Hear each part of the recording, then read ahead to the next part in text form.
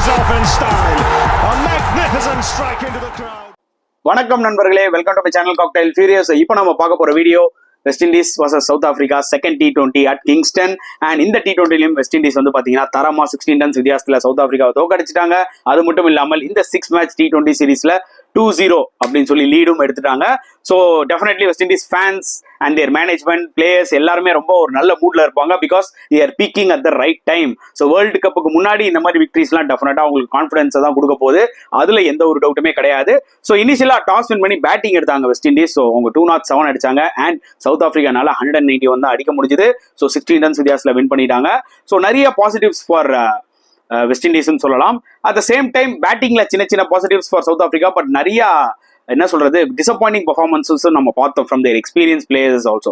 So ஒன்னொன்னா நம்ம டீடைலா இந்த வீடியோல டிஸ்கஸ் பண்ணலாம். ஸோ நான் ஏற்கனவே சொன்ன மாதிரி முதல்ல டாஸ் வின் பண்ணி பேட்டிங் எடுத்தாரு Brandon king, the new west Indies captain for this series, for this T20 series. And 207 for 7 which is a very good score.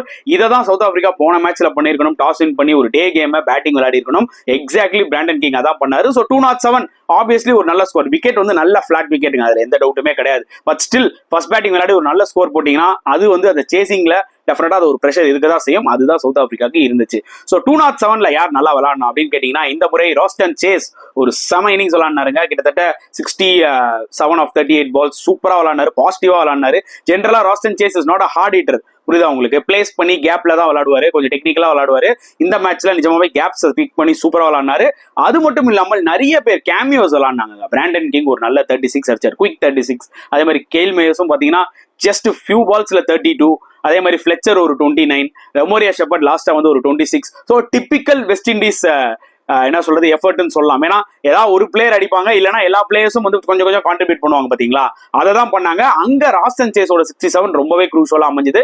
ஏன்னா ஒரு பிளேயர் ஆல்மோஸ்ட் ஒரு கொஞ்சம் ஃபியூ ஓவர்ஸ் விளையாடும் போது மற்ற பிளேயர்ஸ் நல்லா அட்டாக் பண்ண முடிஞ்சது. So 207 I thought is a very good score. And South Africa bowling வந்தீங்கன்னா பீட்டர் அப்படின்னு சொல்லி ஒரு லெக் ஸ்பின்னர் டெபியூ பண்ணாரு. ஆக்சுவலா அவர் டீசெண்டா போட்டாரு. ஃபர்ஸ்ட் மேட்ச்ல 2 விக்கெட்ஸ் ரொம்ப டீசெண்டா போட்டாரு. ஃபார்ச்சூன் லெஃப்ட் ஆர்ம் ஸ்பின்னர் இருக்காரு பாத்தீங்களா, அவரு கொஞ்சம் எக்கனாமிக்கலா போட்டு ஒரு விக்கெட் எடுத்தாரு. ஆனா மத்த எல்லா போலர்ஸ் அடி வாங்கினாங்க. பிலகோயா 2 விக்கெட்ஸ் எடுத்தாலும் 3 overs 51 runs. நார்கி ஒரு கம்பேக் கேம், அவர் பாத்தீங்கன்னா 4 overs 44 மேல ரொம்ப எக்ஸ்பென்சிவா தெரியுறாரு. இங்கதாங்க சவுத் ஆப்பிரிக்கா ஒரு பெரிய பிரச்சனையே. ரபடா இன்ஜுரி பிளஸ் ஃபார்ம்ல பெருசா இல்ல T20 கிரிக்கெட்ல. அண்ட் அடுத்தது கோட்ஸியும் பயங்கரமா அடி வாங்குறாரு, இந்த பக்கம் நார்க்கியும் பயங்கரமா அடி வாங்குறாரு. ஸோ அவங்களோட ஃபாஸ்ட் பவுலிங் டிபார்ட்மெண்ட் ஒரு மிகப்பெரிய கன்சர்னாவே இந்த T20 வேர்ல்ட் கப் குள்ள போறாங்க.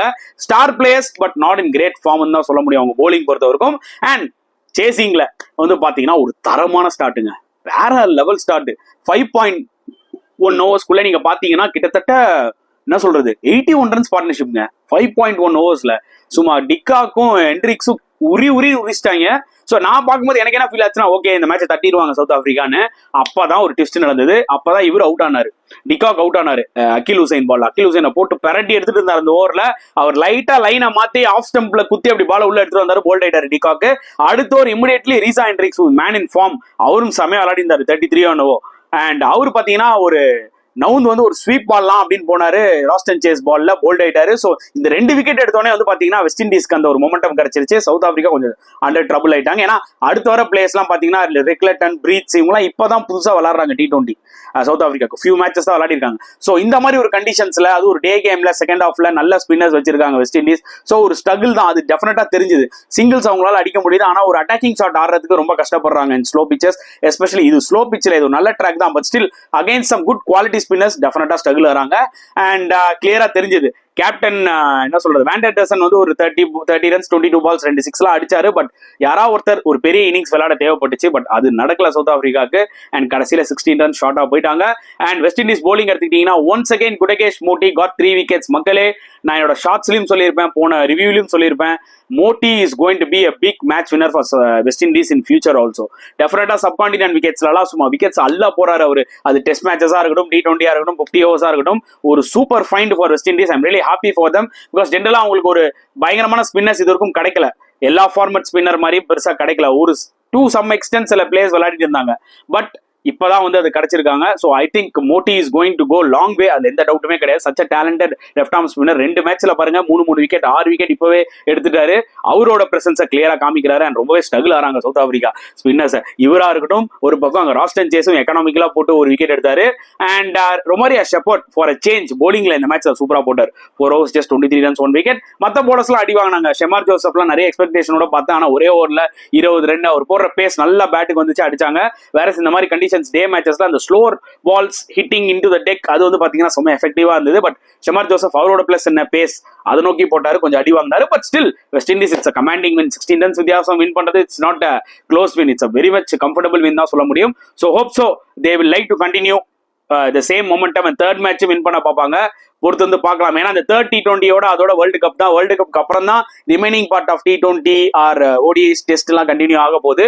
ஸோ கண்டிப்பா இந்த மொமெண்டம் எடுத்துட்டு போகணும்னு பார்ப்பாங்க. எப்படியா 3-0 வின் பண்ணணும் இப்போதைக்கு first of the T20 series நினைப்பாங்க வெஸ்ட் இண்டீஸ். பொறுத்து வந்து பார்க்கலாம். South Africa definitely need a comeback. இந்த டீம்லயும் சில மெயின் பிளேயர்ஸ் விளையாடல, இந்த டீம்லயும் சில மெயின் பிளேயர்ஸ் விளையாடல.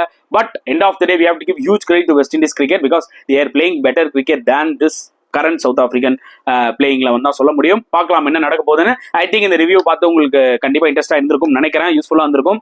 அண்ட் உங்களோட கருத்துக்களை மறக்காம கமெண்ட் செக்ஷன்ல போட்டுருங்க. இந்த வீடியோ பிடிச்சிருந்தா லைக் பண்ணுங்க, ஷேர் பண்ணுங்க, முடிஞ்சா சப்ஸ்கிரைப் பண்ணுங்க. நெக்ஸ்ட் வீடியோல பார்க்கலாம் ஃப்ரெண்ட்ஸ். அட்டில் தென் பாய்.